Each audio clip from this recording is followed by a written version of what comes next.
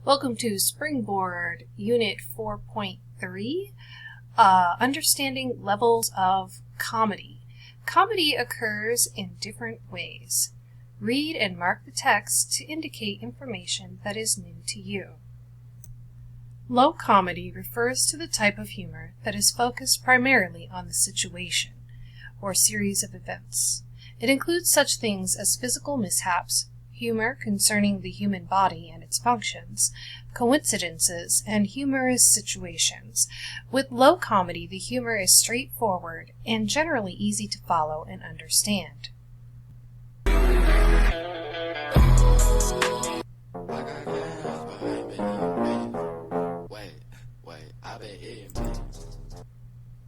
Since the primary purpose of most low comedy is to entertain, the action is frequently seen as hilarious or hysterical, and the event is often side-splitting laughter and guffaws.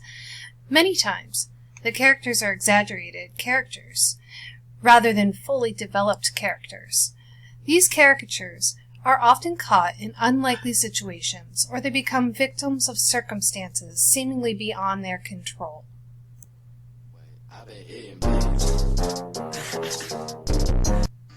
Okay, I'm going to put this peanut butter on your hand. Don't let your hand touch the table. Okay.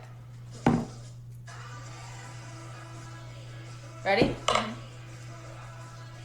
Oh my god. My name is Flash.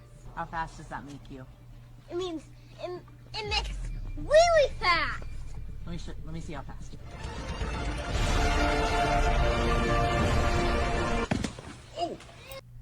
Thus, the plot takes priority over the characters. Examples of low comedy might include Medea's Family Reunion, Meet the Parents, and America's Funniest Home Videos. Shakespeare's comedies Dream and Twelfth Night are full of low comedy.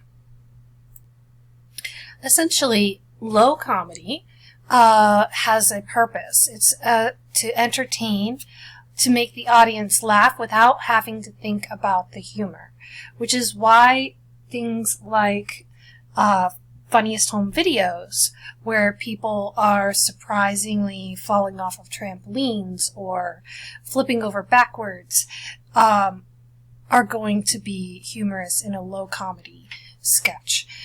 Physical mishaps, bodily functions, farting is always funny. Coincidences, and humorous situations that are unlikely. This is an emphasis on the situation or the plot. Things that just happen to unfold are going to be considered low comedy. Descriptions. Humor is straightforward, easy to follow action, is seen as hilarious or hysterical laughter. Riotous, side-splitting, hysterical, ludicrous. So again, these things are surprises that happen. You don't have to think about it. It's just automatically caught you off guard, funny. And the intended responses are guffaws and outbursts. Oh yeah, she was a friend of ours. Take out the ranch dressing and just squeeze in, slap it on.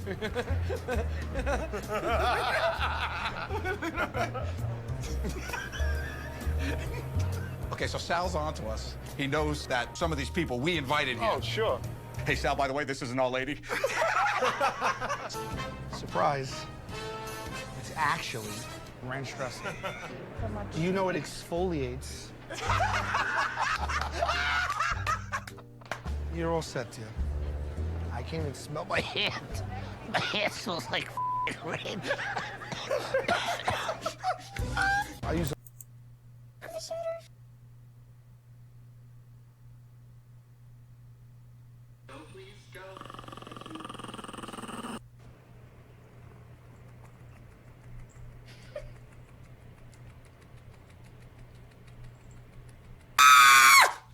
Oh, sorry.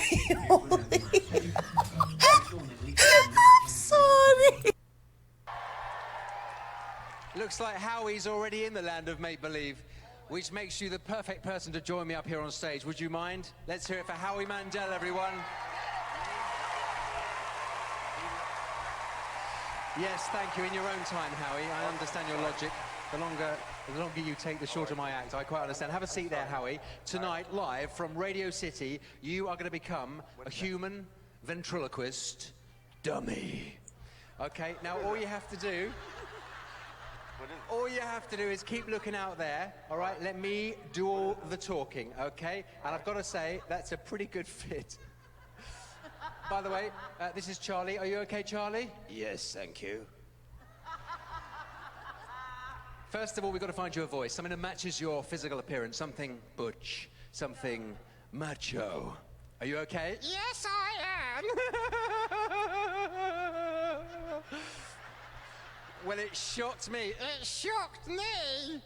I was only joking. Do you want me to change the voice? No, I like it. Okay. I want to say hello to my fans. You want to say hello to this lot? Yes. Turn to the people on the right, give them a big wave, say hello. Hello. Nicely done. Now the people are... Now stop touching me. What? Get away. What? Stop touching me. What do you mean I'm not touching? Get away. Okay, all right. Is that far enough? Perfect. Hey, how are you doing that? I've got a little controller in my hand here. Oh, wow, that's amazing. He's got a controller. He can control me. Yes, that's right. Oh, now we can have some fun. I don't want to be a judge. No. I want to be an act. You want to be an act? Yes, you go and judge me. You want me to judge you? Yes, go and sit in my seat. I can't sit in your seat. No, I insist. Well, if you insist...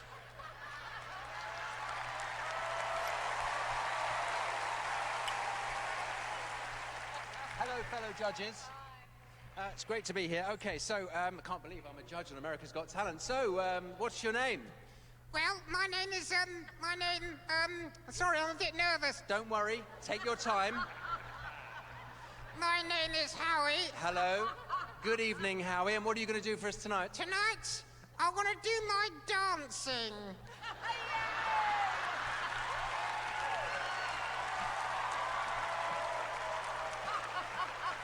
Look, you don't have to. No, I really want to.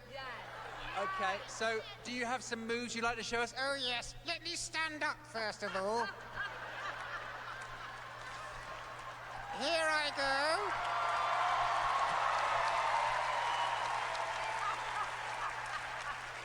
Okay. First of all, I'd like to stretch. I'm going to do some stretching. I'll just stretch my arms like this. And my legs like this. Okay, so now to business. Okay, what are you going to do? I'm going to show you my twerking. High comedy refers to the type of humor that is focused primarily on characters, dialogue, or ideas.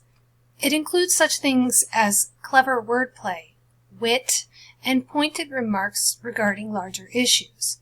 Many times, high comedy takes an irreverent or unconventional look at serious issues. But of course, their ad did leave out a couple of very, very small points, most likely for lack of time. So to welcome them to the Daily Show advertising family, we did make some minor adjustments. We're Coke Industries, not just an energy company. We're in your food, in your pants, and in your home. With our heartfelt devotion to fossil fuels, we make your planet warmer and your water more flammable, while lubricating your birds and rearranging your polar bears. Sometimes the humor of high comedy is not immediately obvious and can take a bit of reflection in order to realize the humorous intent. Frequently, the purpose of high comedy is to express an opinion, to persuade, or to promote deeper consideration of an idea. Often described as amusing, clever, or witty, high comedy typically results in chuckles, grins, and smiles, rather than loud laughter. Clever use of language and interesting characters receive more attention than the circumstances that surround them. Examples of high comedy include Modern Family, The Middle, and at times, The Simpsons. Shakespeare's tragedies, such as Hamlet and Romeo and Juliet, also include instances of high comedy. Then came along and told you, humming is the lowest form of wheat. And that was the moment that you truly became a grown-up. I don't get it. Grown, like G-R-O-A-N. Grown, like the sound when someone makes a pun, but also an adult, whatever. I had fun. More importantly, though, how fun is it when you get to make a pun? Watch this. Oh, you're gluten-free? Really going against the grain. Guess that's a wrap on sandwiches. Pasta la vista, baby. Girl with the gluten snafu. At yeast, you can still eat brown rice dough. Yes, yes, yes, yes, yes! So the next time you have a pun in the oven, oh yeah, and declare you're into pun dance. Mm-hmm. Because your body is a punderland. Ooh, I ran that. So have fun. I said fun. Whatever, we were all thinking it. So the chart for high comedy, the purpose is to express an opinion, to persuade someone, to promote a deeper consideration of an idea, and of course to entertain. Common subjects are larger social issues. For example, the film with the environmental issues, and current events. Emphasis is on characters and dialogue, so the skit with the puns. Clever use of language is another example. Again, use of puns and wordplay. Characters take priority over the plot, so it's more about the character's personality than it is about events that happen. They can be social or political, and it can also discuss racial issues. Descriptions would be wordplay, witty, clever, amusing, satire or irony, a lot of times sarcasm, irreverent, not obvious, and it does require you to think a little bit about the joke. The intended responses are for you to chuckle or grin or smile, but not super loud, explosive laughter. I'd like to explain to you how comedy works. First there's a setup, and then there's a punchline. Let me explain. The setup is when a comedian will use his talents and resources to seize any opportunity to ensure that you, the audience, are moving in the same direction. The punchline occurs when he changes that direction in a way you're not expecting. When you catch on to this change, you've received the punchline. The results are revelation, fulfillment, and joy expressed through laughter. Let me give you an example. A few summers ago, I took my family on vacation to Mexico. The first 2 days were rough because the people there kept calling me a Negro. The third day, I realized they were saying amigo, and it was all cool. That was cool, so. Did you see what just happened right there? When I was a kid, I used to struggle with my reading. Like, I couldn't sound a word out phonetically. It just didn't work. So now, looking back at it, I realized I developed like 7 different ways to look at a word to determine what the word was. Look at the font size, the color, the positioning, what's in front of it, what's behind it, how people responded to it. I got really good at looking at words differently. In fact, it's the primary place where I pull my comedy from. So that very thing from my past, it looked like it was a setback, looked like it was some sort of handicap. Turns out I'm actually able to use it for what I'm called to do now. So I'm able to find comedy in a bunch of different places as a result of embracing what seemed like it was a handicap from my past. I noticed even what people say sometimes. Have you ever heard the phrase, boy, I wish I could have been a fly on the wall? Every time I hear that, I walk up to the person and I say, and then what? No. You want to be a fly on the wall so you can hear the information that was in the room. Well, I've done the research. Flies don't have ears. Yeah. You would be just as ignorant as you currently are, but you would be a fly. Nobody even listens to a fly. I mean, let's say you're a fly that could read lips. What are you going to do with the information? And you got 2 days to live. You're making bad choices.